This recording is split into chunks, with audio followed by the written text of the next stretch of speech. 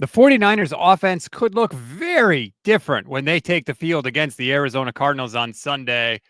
Also, Cards got some injury problems of their own. That could be good news for the Niners as well.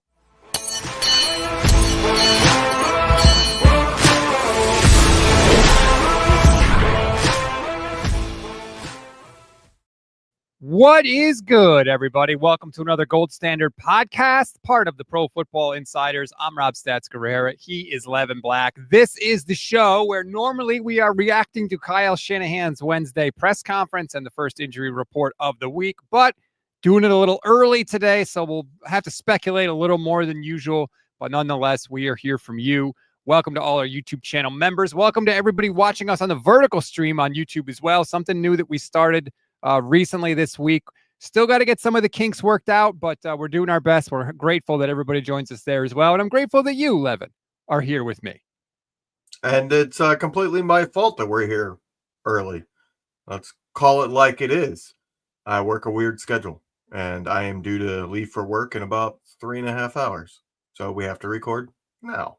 Yes, and if we get the injury news that I'm expecting, I may go live again later tonight at 8 o'clock, Levin, because it's very possible that this week we could have Brock Purdy back from injury, we could have Ricky Pearsall back from injury, and we could have Alfred Collins back from injury. Those three additions would be massive because this is a game the 49ers desperately need to win.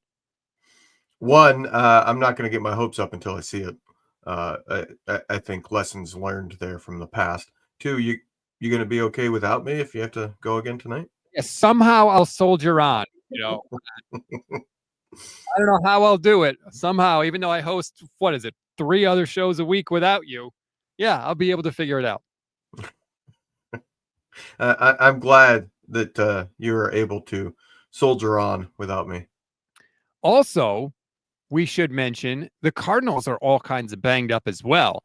Zay Jones tore his Achilles last week. He's not going to be able to go. And just, maybe an hour ago, Levin, news broke that Marvin Harrison Jr. had surgery for appendicitis. He's going to be out this week and maybe a couple of weeks after that as well. So the Cardinals' top 2 wide receivers are not going to play in this game. I'm not happy on anybody's injury, but I'm also not unhappy. Like, I think Niner fans are okay being happy that, maybe it's actually a fair and even playing field because both teams are missing a bunch of people. It's not the Niners are at a disadvantage and have to win in spite of it. Yeah, no QB1 for the Cardinals. We know it's going to be Jacoby Brissett. No running back 1, obviously, because James Conner got hurt the last time the 49ers played the Cardinals in that gruesome injury. Now no wide receiver 1, no wide receiver 2 for Arizona. It's almost a fair fight. But look, let's put the Brock Purdy stuff aside for a second because maybe the Niners will have QB1, maybe they won't. But just adding Pearsall back, I went back yesterday and rewatched that Jags game, which was the last game he played. He is so freaking good, Levin. I forgot how impressive he was and what he was putting together. Of course, last time he played the Cardinals, he went for 117 yards on 8 catches in the game. He would be a huge boost for Brock or for Mac. And that's it's weird that I feel this way. I would not have anticipated it.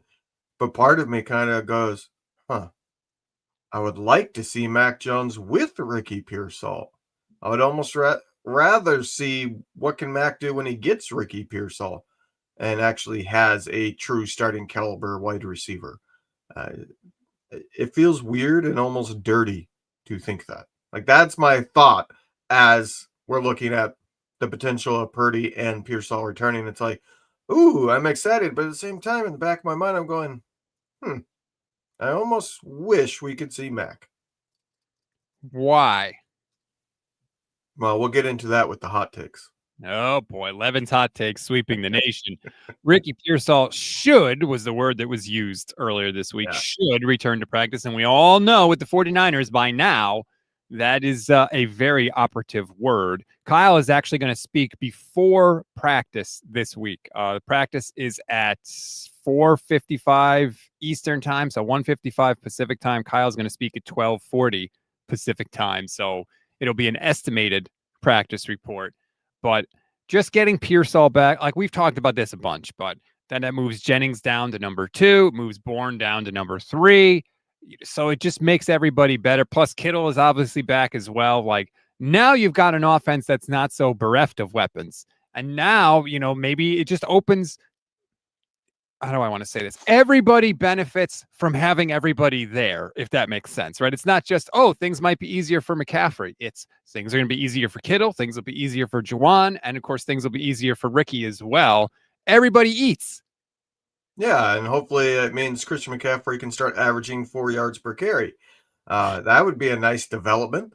Only happened twice so far this year in 10 games, twice.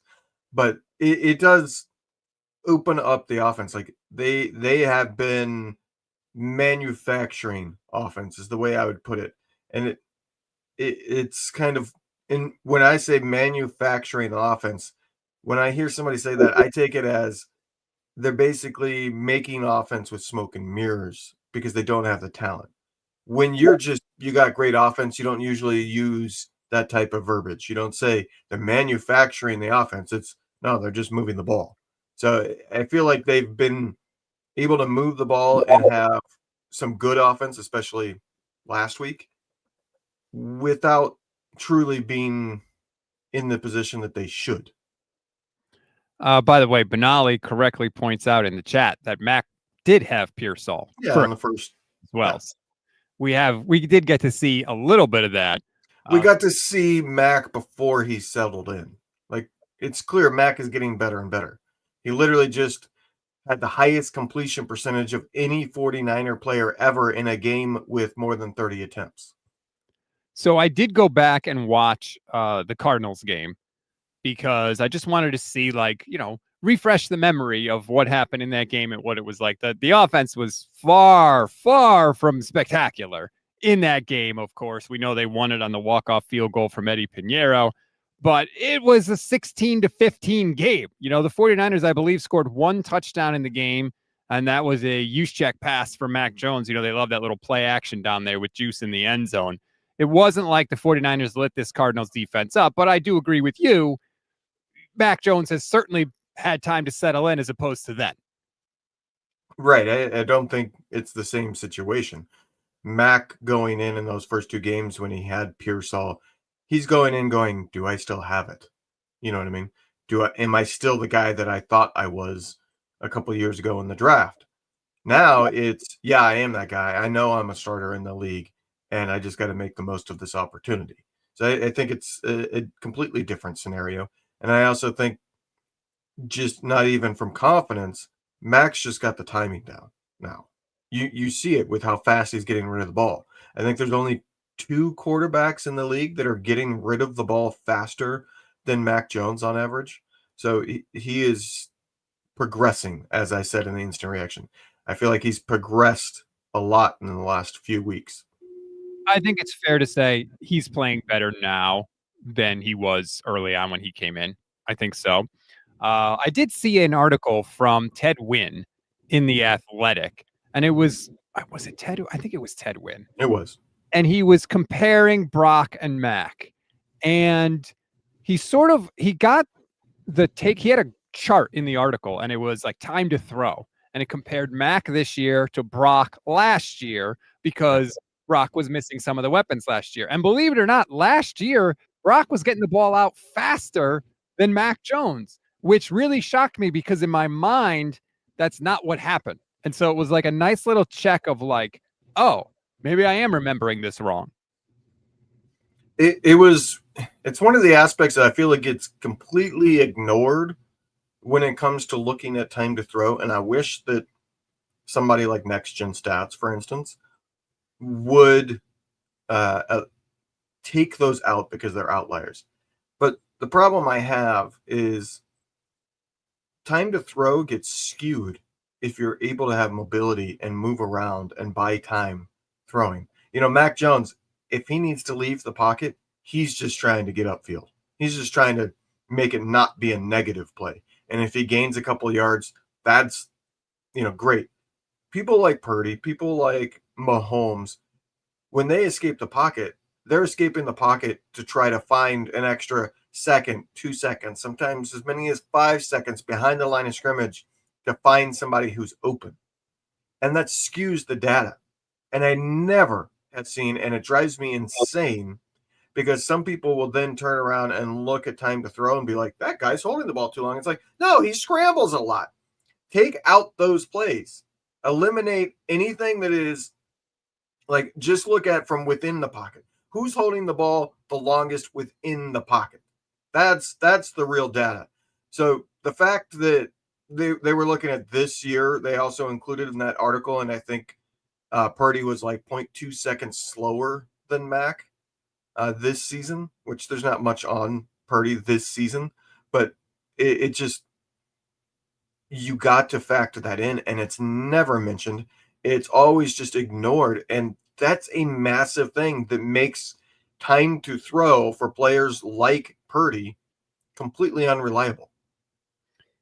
John Shoup says, cheers from Prague. I'll need to send Levin a Pilsner and Rob a Capri Sun. I'm okay with this. What the hell, John? I don't get a beer. You're giving me a Capri Sun? What am I, my kindergartner? You're going to put the little straw in there for me too? I want a beer, damn it. If you're going to be sending drinks, let's go. I'm going to start calling you my son. Astro says, has anyone noticed Kyle pronounces Ricky's name weird? He calls him Purcell. Yeah, it's brutal. He literally says it differently every time. It does drive me nuts, though, as someone who's had his last name mispronounced a ton. It just like, dude, he's a player on your team. And he's one of the really good ones, by the way. You should learn how to say it. If I was Purdy in that situation, I would either call him K-Isle or call him Anahan because the S is silent. K-I. That's it. Okay, so we'll wait and see on that. Obviously, the addition of Pearsall makes a big difference. The addition of Purdy, does it change anything in your mind? I don't think that they will try to operate the offense differently. I think Pearsall, put it this way, Pearsall changes the offense more than Purdy going in there. I don't think that they run the offense, and I think this is true for Kyle Shanahan no matter who is at quarterback. Kyle Shanahan does not change his offense to the quarterback. He runs the offense what's best for what he thinks he sees in the skill players. And it's up to the quarterback to execute it within that. I don't think Mac Jones has had a wildly different offense than Purdy. I think Purdy going back in there, I would say it doesn't change anything other than there's the chance for more off script. And that's really about it. Like, in terms of throwing the ball, Purdy's not as good as Mac. Mac is better. So I feel like, and some of this we'll get into in the hot takes, but I don't feel like there's a massive difference there. Okay, but well, then let's just do it right now because I want to dive into that because I don't know if I necessarily agree with you. So for anyone that doesn't know, we play this game every week. It is Sweeping the Nation. We call it Levin's Hot Takes.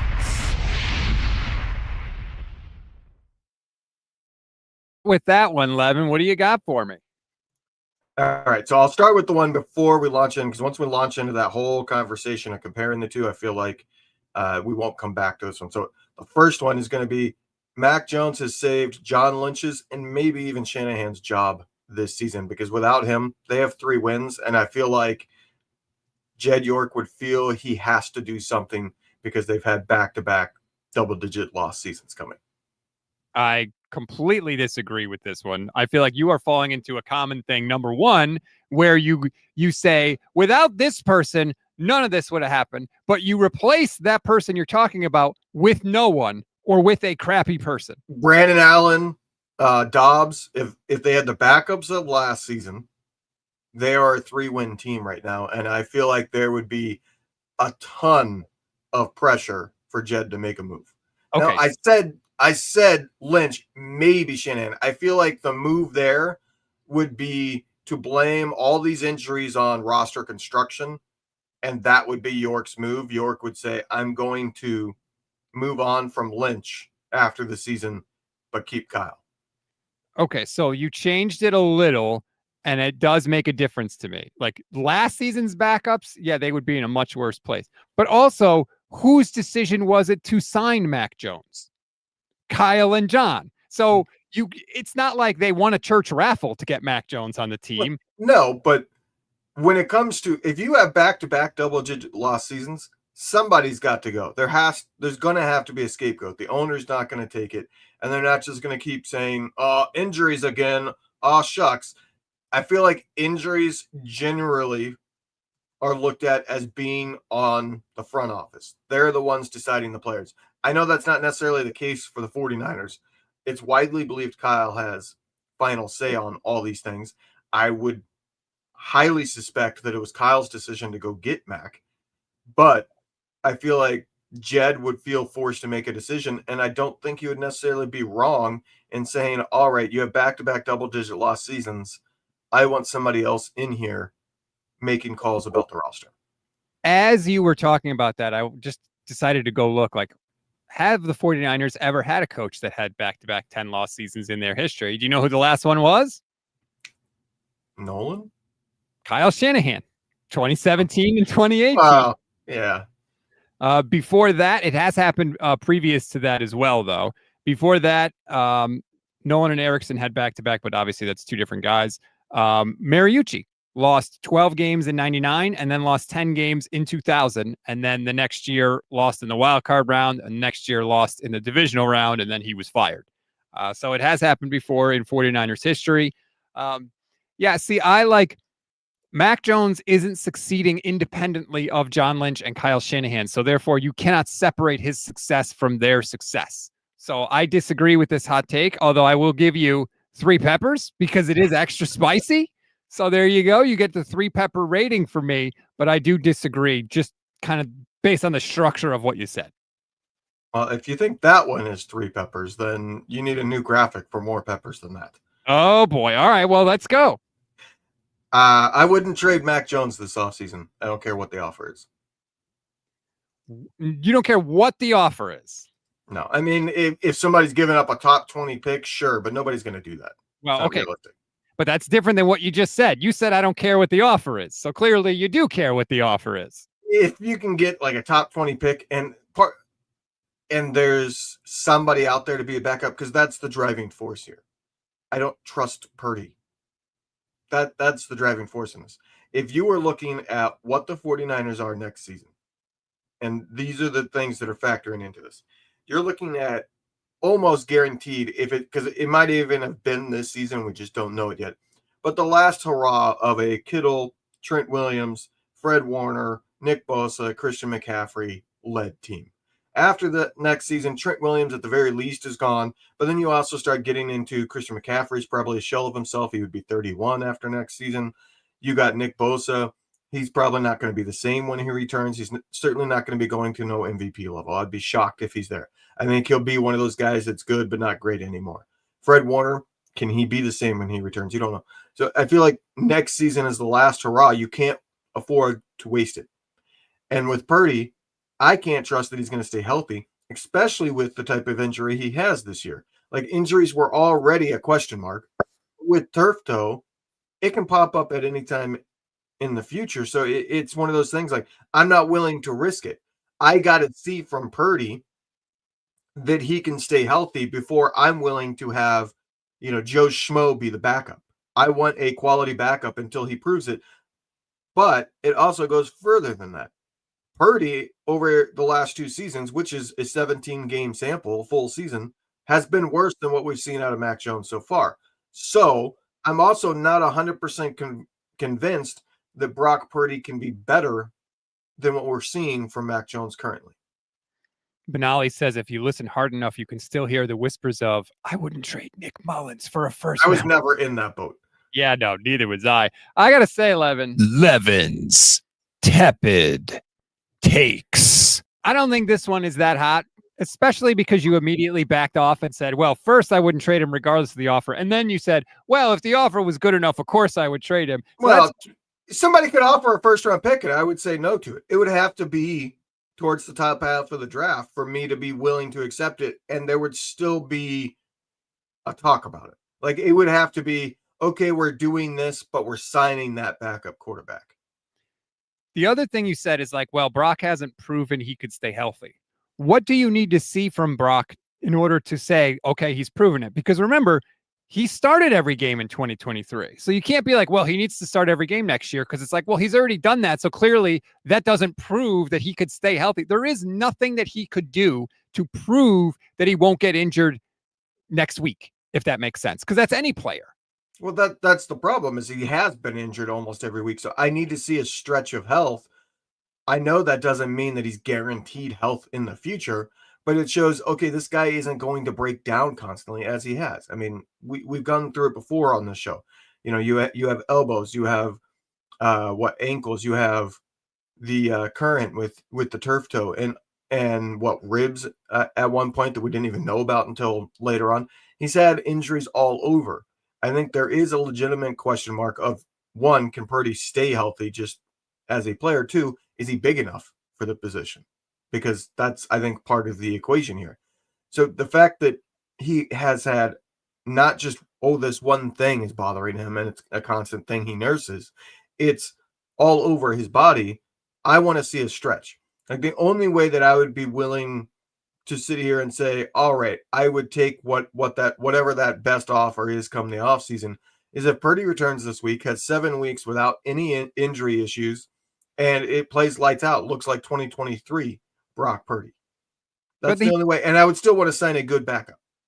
Right. But my point is like he did that in 2023. He had that exact stretch. Yeah, 2 years ago. This is the NFL. 2 years ago is a long time. Right. But like you would have said after 2023, you would have been like, all right, he proved it. And then no, he didn't. So I don't know. Like to me, that doesn't, you either feel good about Brock Purdy or you don't. I think clearly you don't.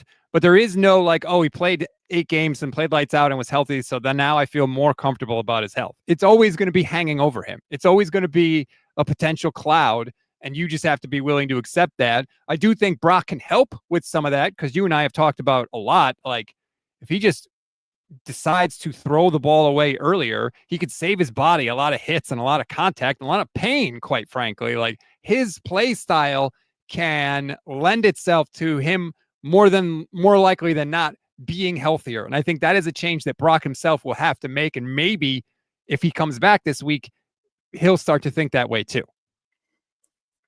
What about the question of, is he that same quarterback from 2023? In his last 17 games, let me just run through it. The last 17 games, which is all of last year and the 2 games that he played this season, he has 24 touchdowns to 16 interceptions. His completion percentage is 65.9. And compared to Mac Jones this season, Mac Jones, if he was given 17 games at the rate that he has had 18 games, Mac Jones has more passing yards. He would have 28 touchdowns to 13 interceptions. So wildly better there. But he also has a completion percentage that's 4% better. They would have identical touchdown percentage. So it's not just Brock has been passing a lot more because the Niners have passed a lot more this season. He also has a much lower interception. But the key one, which I found really interesting, is Mac Jones's sack rate is better than Brock Purdy's. Well, of course it is, because Mac is taking one step and chucking the ball. And Brock chucking the ball. Well, you know what I mean. And he's holding it.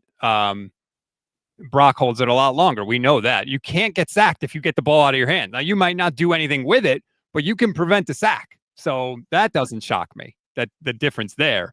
I don't know. I don't think that Mac Jones is doing anything that Brock Purdy cannot do. I really don't. I don't either. Am I 100% on that? No. And the quarterback position is too important to take the risk. So I want the insurance policy there. And to all the people that I have seen multiple people now in the comments saying, well, then just cut Purdy. One, no, that doesn't work in terms of the dead cap hit. So just let's be logical. This is the show where I like logic. I hate not being logical, which is why I struggle to get through it sometimes with you, Rob. Shut up. But it's also, I'm not saying Mac is better than Purdy. I'm saying there is some question to whether or not he is. And because of that, I want to keep the quarterback who is still young enough to potentially be the answer and has played well enough to potentially be the answer going forward to where I want to keep that insurance policy around Brock. It's not that you made me pick who's the better quarterback, I'm picking Brock. I think Brock is the better quarterback, but I do have doubts on whether or not that's going to continue to be true, or whether he comes back and shows, okay, what we saw last year and the start of this year is the Brock. He just tries to play hero ball and he can't take what's in front of him. Bloodlust Llama, which is the weird thing to say out loud, asks or mentions that Brock had over 300 yards rushing and 5 rushing touchdowns last year. Did you include that in the comparison when you talked about Mac Jones and Brock Purdy? Because I think you do have to include it when you talk about Brock, because that is an entire dimension of his game that he has that Mac Jones does not. It was not included in the passing numbers. If you want to include those, that means that you add 5 touchdowns. That's still a 29 touchdown to 16 interception, which is much worse than 28-13. Wait, 29-16 and 28-13? Yes. That's not that much different. It's better than 2-1 and about 1.5. I don't think to me, it's not like a huge gulf. I get what you're saying. Not a huge gulf, but it is significantly, like, when you can look at something and instantaneously go, that one's better, that's a big difference to me.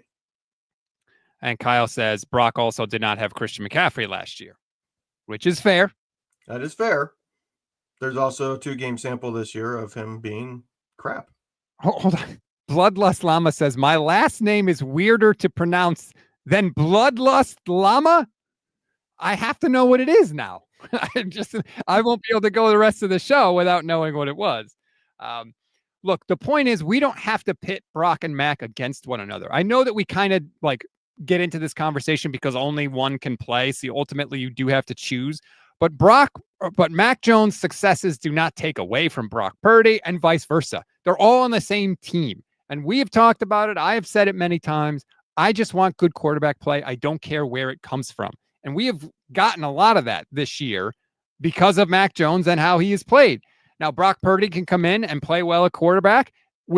Even if it's not necessarily like as many passing yards as Mac Jones, if the 49ers win and he's playing well, great. Like, I don't like this, like, people get mad like when their preferred quarterback comes in, or I should say the quarterback they don't prefer comes in and plays well. It's like people are mad and they just spend the whole game, trying to justify why their earlier quarterback pick was right or why their guy would have played just as well. And it's like, no, we don't have to do that.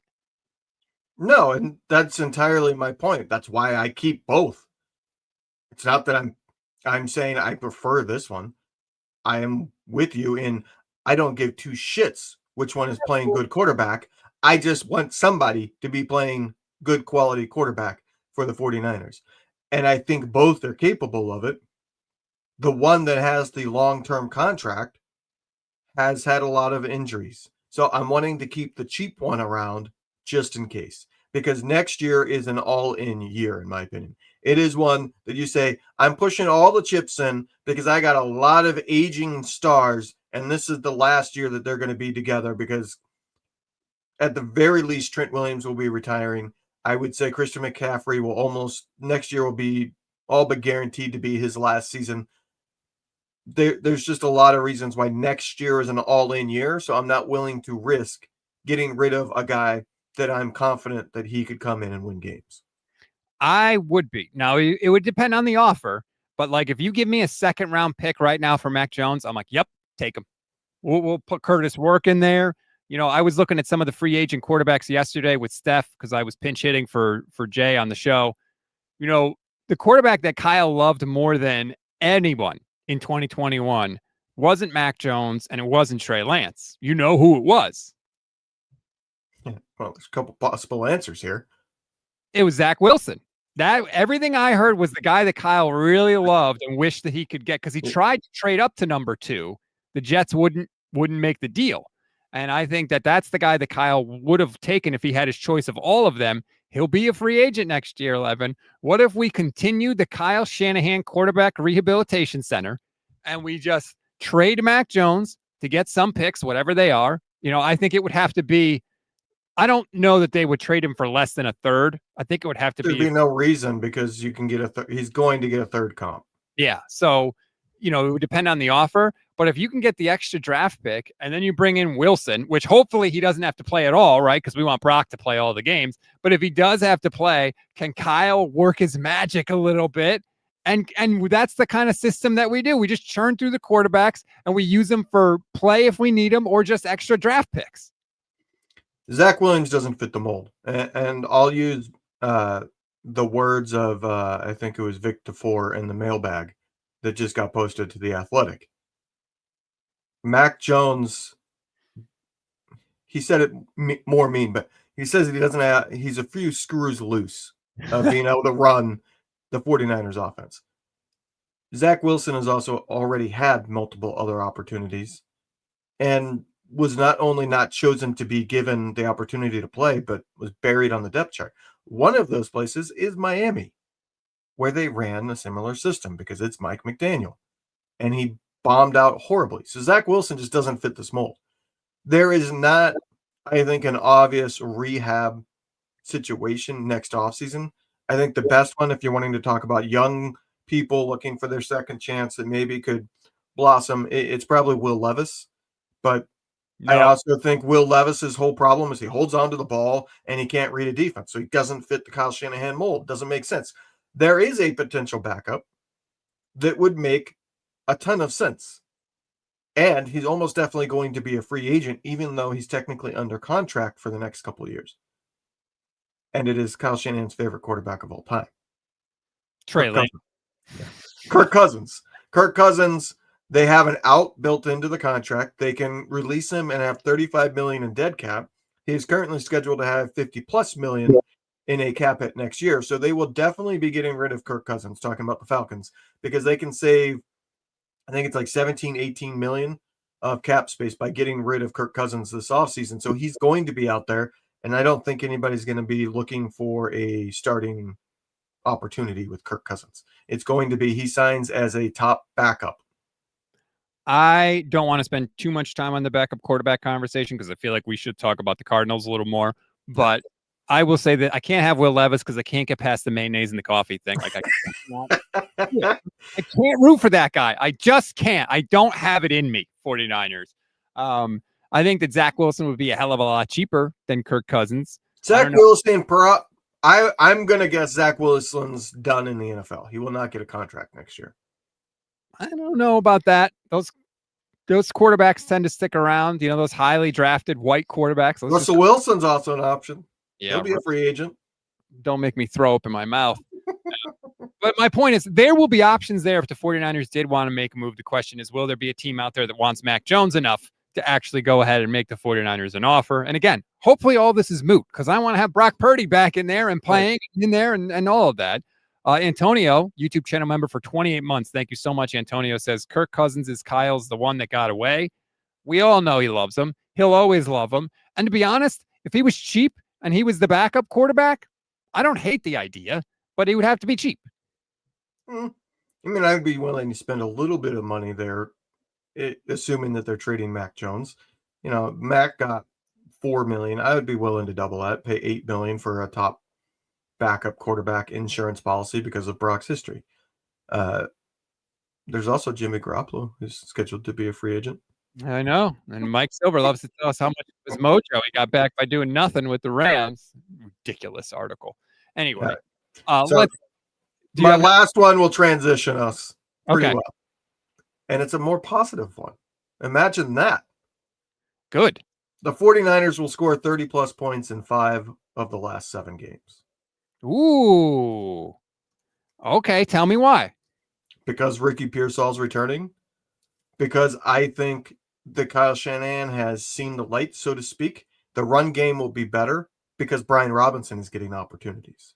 Mm-hmm. Christian McCaffrey's, he's just not the runner that he once was. So they're going to mix in Brian Robinson. So you're going to have an improved run game. You're going to have an improved pass game, which helps everything else.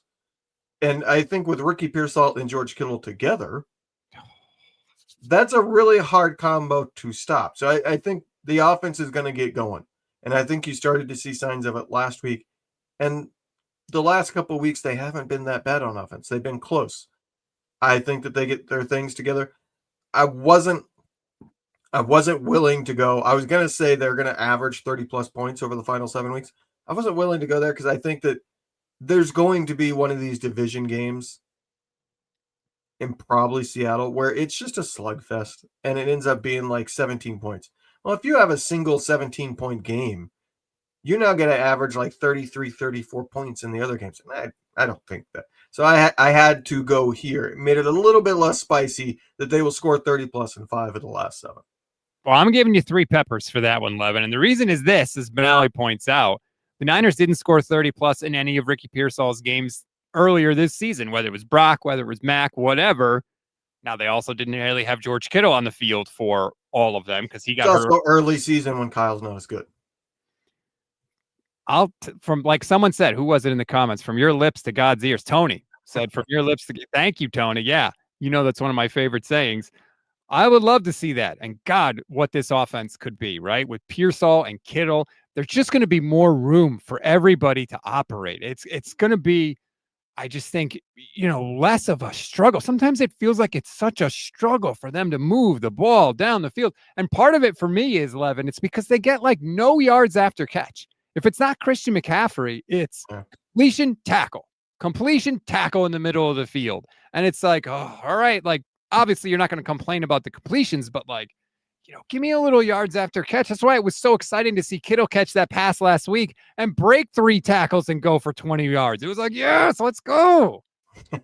Yeah. I mean, it's the nature of having Jennings and Bourne. They're not big separation guys. Mm-hmm. They're guys that can get to a desired spot at the right time in a predictable manner. And then they're bigger bodied receivers, especially Jennings. So, yeah, I had not thought about the lack of after the catch. Like, I knew it wasn't nearly what it once was, but once you said it, that they haven't had any, I started thinking, well, let me think. And I can't think of any.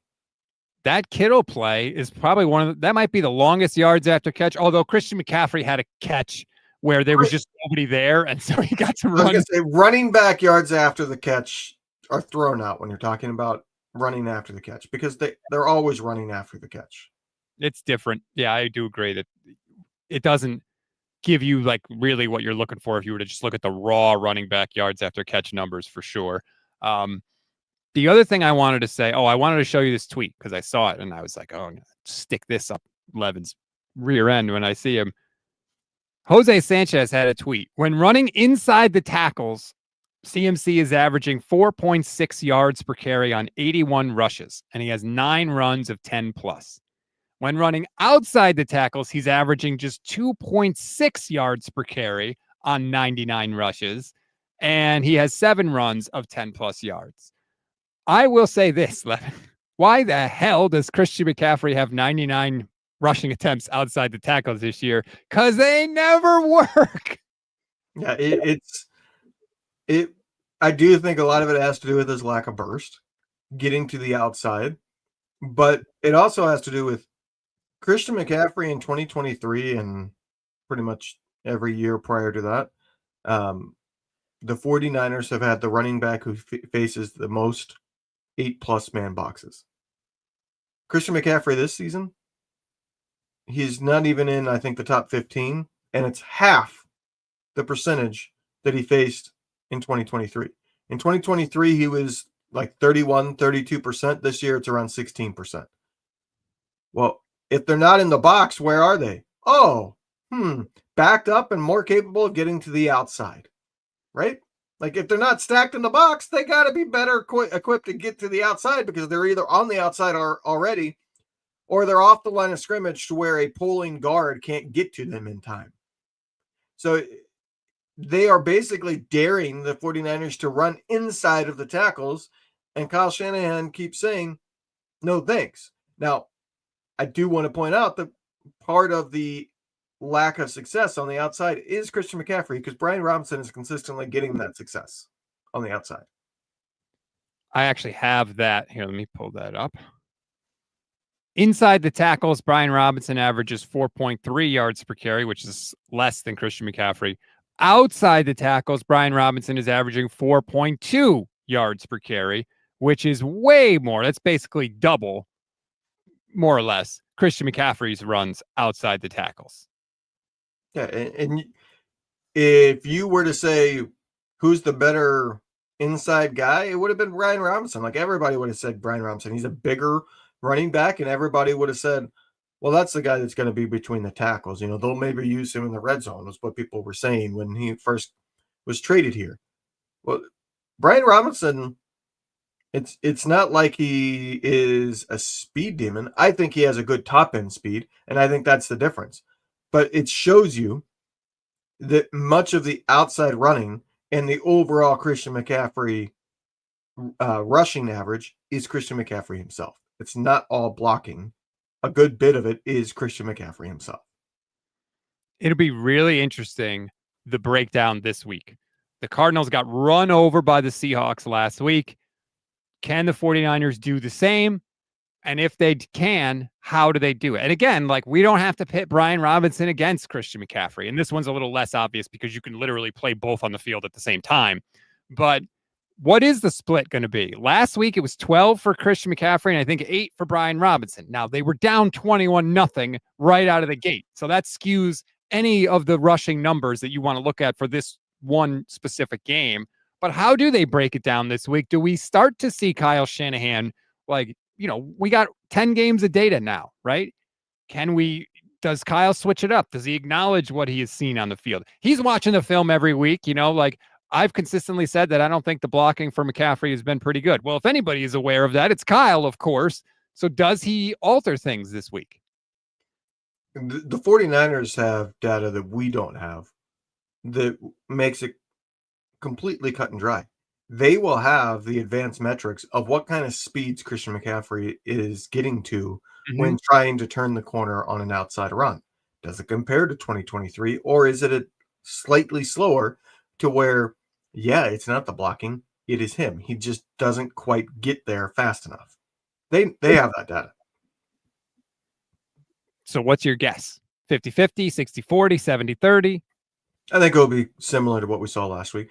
I think there will be times when I think it goes this way, that if Brian Robinson comes in and runs the ball and finds success, Brian Robinson will stay in the game and get a second carry. They'll give Christian McCaffrey more than just one quick play.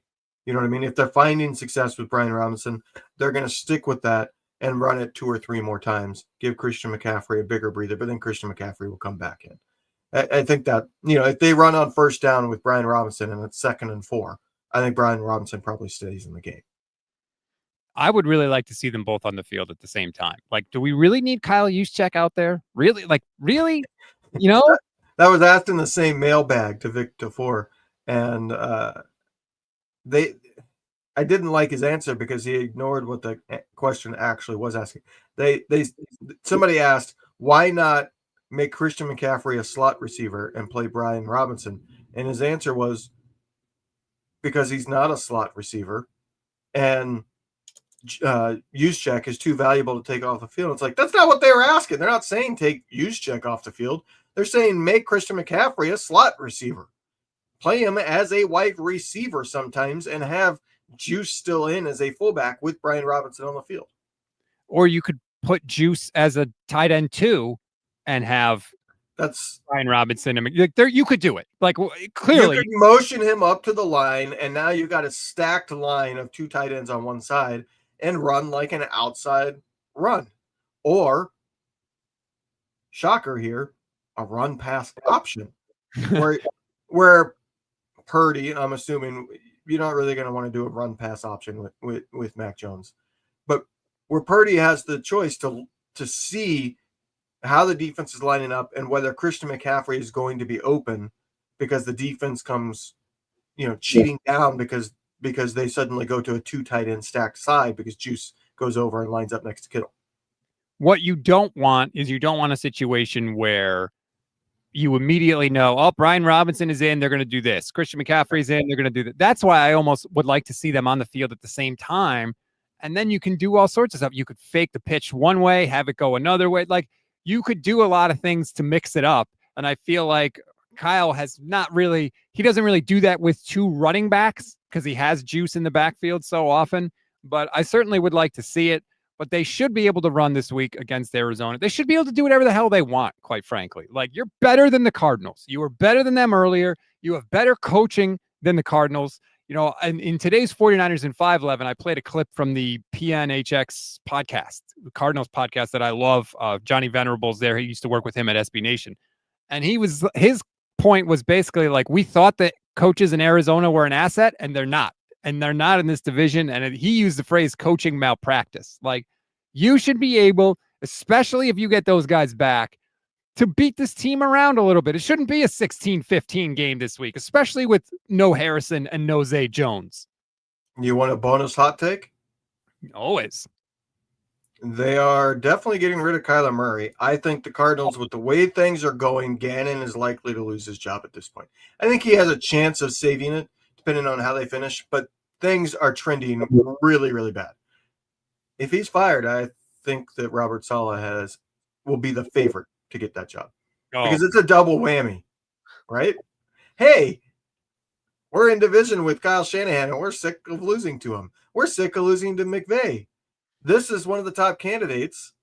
We just hired an offensive guy after hiring another offensive guy, and neither one of them worked. So we're going to go ahead and get Robert Saleh to try to shut down McVay and try to shut down Kyle Shanahan because he's great.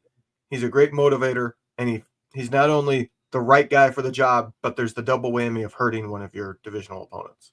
Well, don't forget, Jonathan Gannon's a defensive guy. Yeah. He was Eagle. I knew when I said it and I saw your reaction, I was like, he's going to call me on it. Yes, I am. Any chance to point out a mistake by you, I'm going to take. God, can you imagine that? Because don't forget, too, like there's a chance if Saleh leaves, he takes Clint Kubiak with him. So then in the NFC West, you could have Sean McVay, who, of course, obviously everybody knows, worked with Kyle Shanahan. And then also you would have Robert Saleh and whatever offensive guy he chose to take. No, man, don't put that out into the universe, Levin. There would be a lot of options potentially. You would have Mike McDaniel potentially, although it's looking like maybe he's saving his job right now as an offensive coordinator option for Saleh. And also, the Rich Eisen show literally had this as a topic and gave it some credibility. Matt LaFleur was asked in his post-game press conference whether or not, I forget how they phrased it, but they were asking if he feels like he's on the hot seat. Because they're now 5-3-1. They've lost 2 in a row. It's like there's a 0% chance Matt LaFleur is also sitting out there. And maybe he becomes a coordinator option for Saleh if he was to go that way. I did a video for the Pro Football Insiders about the Packers. LaFleur won 71% of his games with Aaron Rodgers. He's down below 60% without Aaron Rodgers. And there are a lot of Packer fans that are extremely frustrated with him and that offense. Their 3 losses, their defense has allowed 16 points or less in their losses. That is the most by any team in a single season since Jimmy Carter was president. So there's some frustration in Green Bay.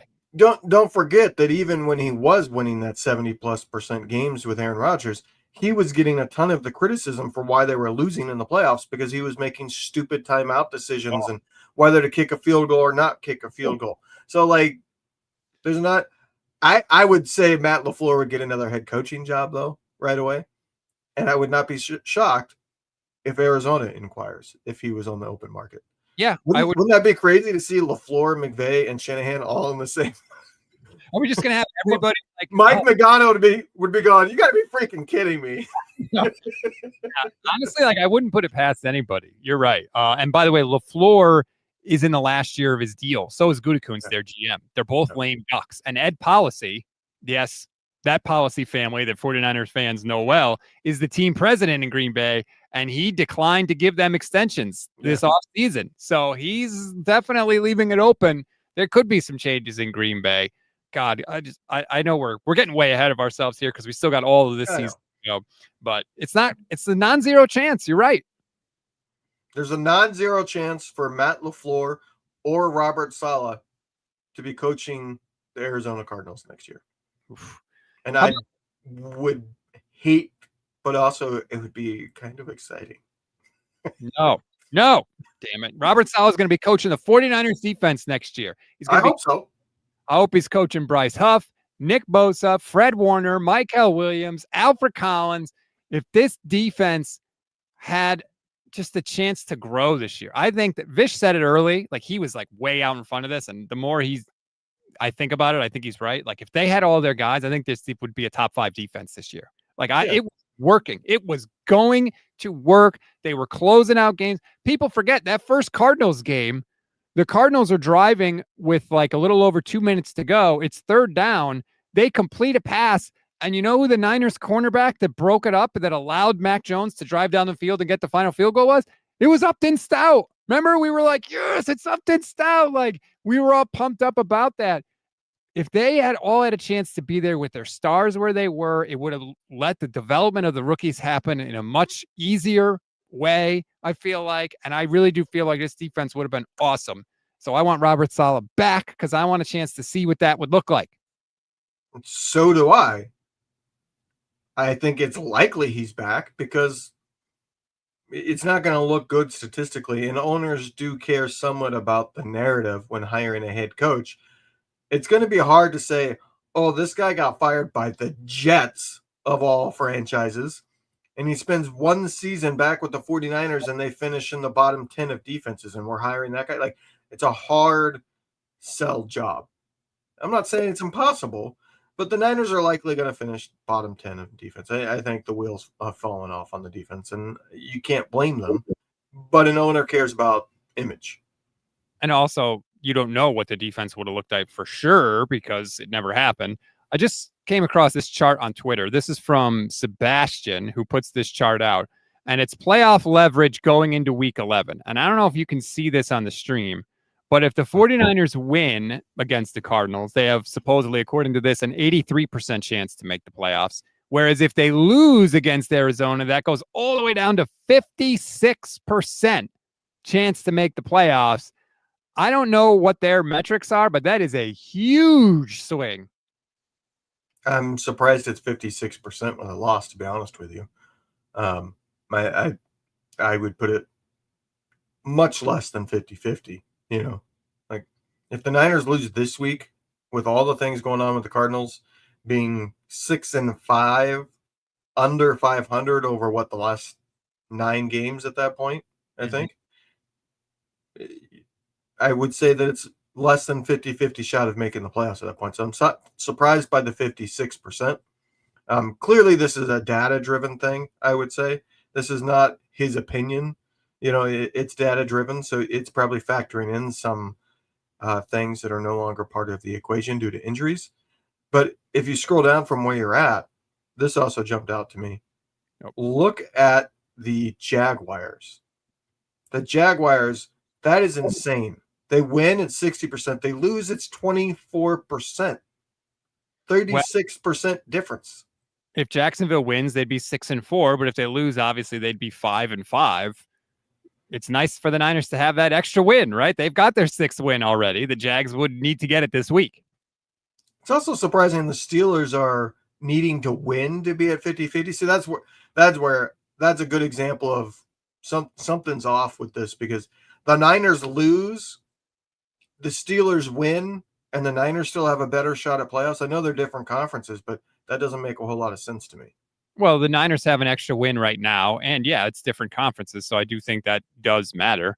Although, Pittsburgh is 5-4, and they're leading the AFC North. It's insane.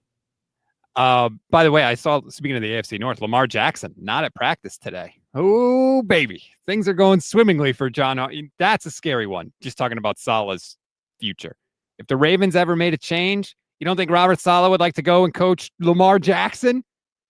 I don't know that they would go defensive. They're a wild card. I mean, they went special teams with John Harbaugh, so who the hell knows what they're going to do? Yeah. I mean, if they went defensive, it would have to be one of those head coaching things that, because if you don't know, and I know you do, Rob, but some of our listeners may not, when a head coach interviews, it's not just about the head coach. The head coach goes, here's the staff I can put together. Here's who my offensive coordinator will be. Here's who my defensive coordinator will be. and so on and so forth. And that factors in massively to whether or not they get the job.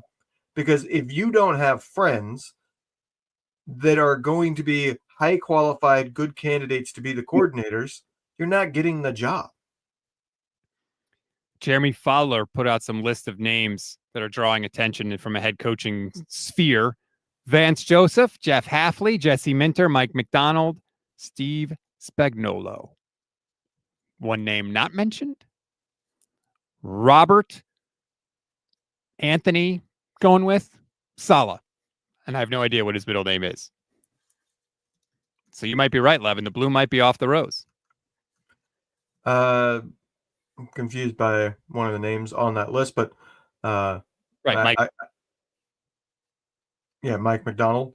I also, both Mikes make me kind of chuckle. Mike McCarthy down there for an offensive name. No thanks. Like, look at the names for offensive names. You couldn't pick 4 names that are like less desirable. Like Joe Brady, seen it, done it. He's the best of the bunch. Because Matt Nagy, heck no, he had a train wreck of a first job. Arthur Smith, heck no, he's never done anything. He's the most overrated coach in the entire NFL. He shouldn't even be an offensive coordinator. And Mike McCarthy, been there, done that twice. It's not a good thing. Well, I will say this, and you know my dislike of Mike McCarthy, but the guy had, with Dallas, he was 6-10, then he went 12-5, 12-5, 12-5, and then he went 7-10 and was fired. If you're going to look at resume, he certainly got the best resume of all the offensive coaches that are there.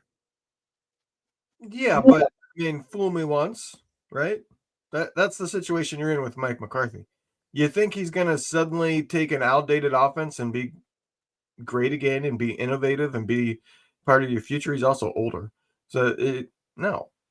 I wouldn't want him, but I at least understand why he's mentioned there. Especially, I mean, some of those other names, as you pointed out, not great.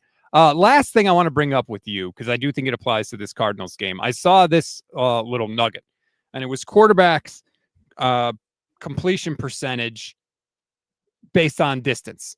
And for example, Mac Jones, when he's thrown behind the line of scrimmage, is completing 83% of his passes, which to me seems crazy low. Like, how could you not complete 100% of your passes behind the line of scrimmage? But whatever. Because you throw some into the dirt. Yeah, that's true. 0 to 9 yards, 86% for Mac Jones. 10 to 19 yards, 66% for Mac Jones. And 20 plus, Mac Jones is completing 25% of his passes. If there was ever an area where Ricky Pearsall could help, there it is. Because I still think Mac Jones throws a really nice deep ball.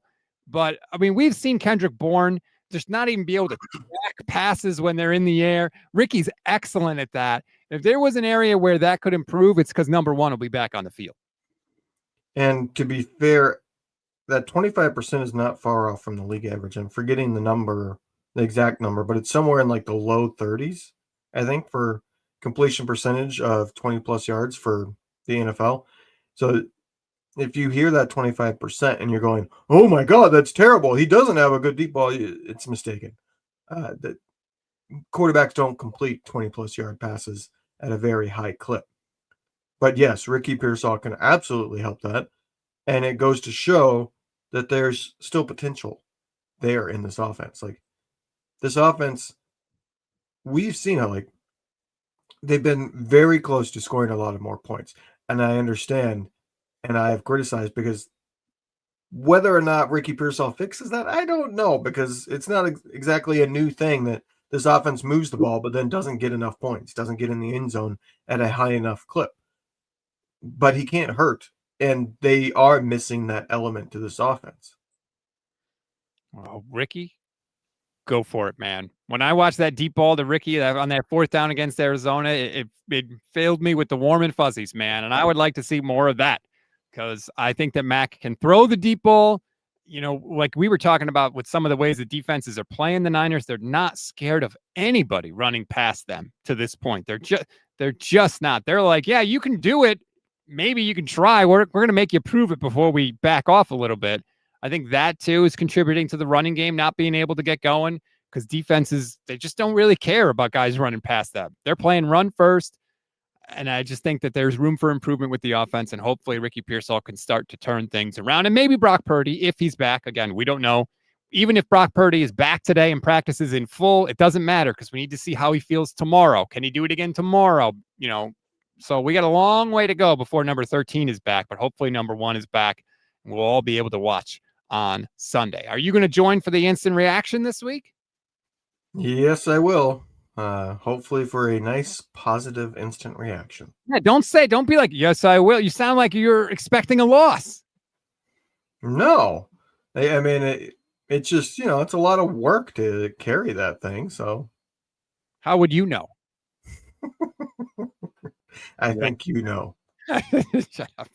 All right, everybody, please like this video, subscribe to the channel. We're live every single day if you're checking us out. Before we go, how could I forget? Our dear friends at Sleeper, I almost forgot to tell you about it. Terrible job out of me in a big spot. Please check out the Sleeper app today. I know it looks a little weird on the vertical. We're figuring that out. But check out the Sleeper app nonetheless. It is awesome. You get news updates on there. You can play fantasy on there. You can make your picks on there as well. It's one of the best apps out there, if not the best. Go and sign up now. And even if you don't deposit any money, they'll give you a free $20 entry. So you can have a little fun. And who doesn't like that? And if you do want to deposit, use our code GSP. You'll get up to a 100% deposit match, up to $100 on your first deposit. So again, GSP is the code. And look, we give you the answers to the test every Friday. We give you player picks. All you got to do is choose higher or lower on different stats. And Sleeper has 1 billion stats. So there's going to be something there that you like. And if you win and you get your picks right, you can win up to 1,000 times your money. 1,000 times your money. Who doesn't like that? So again, go and check out Sleeper. Terms and conditions apply. See Sleeper's terms of use for details. Currently operational in over 25 states. Check out Sleeper today. You thought I was going to forget, didn't you? I had forgotten because it's not my responsibility, so I don't really think about that aspect of it, of doing the show. But I don't know. You might have to keep that close up in the off season so that people can actually see the facial hair when you go back next off season. True. I'll consider it. Something I'll have to consider for sure. Please considering telling a friend about the channel. Like this channel. Hype this if you can. I know that's a new thing on YouTube. It really does help too. So please do that if you can, because that's like a super like, apparently. I don't know, but we could use all the help we could get because we're trying to grow this thing here. But thank you, everybody. Levin, I'll see you after the game on Sunday. And hopefully, like you said, we are celebrating a 49ers victory.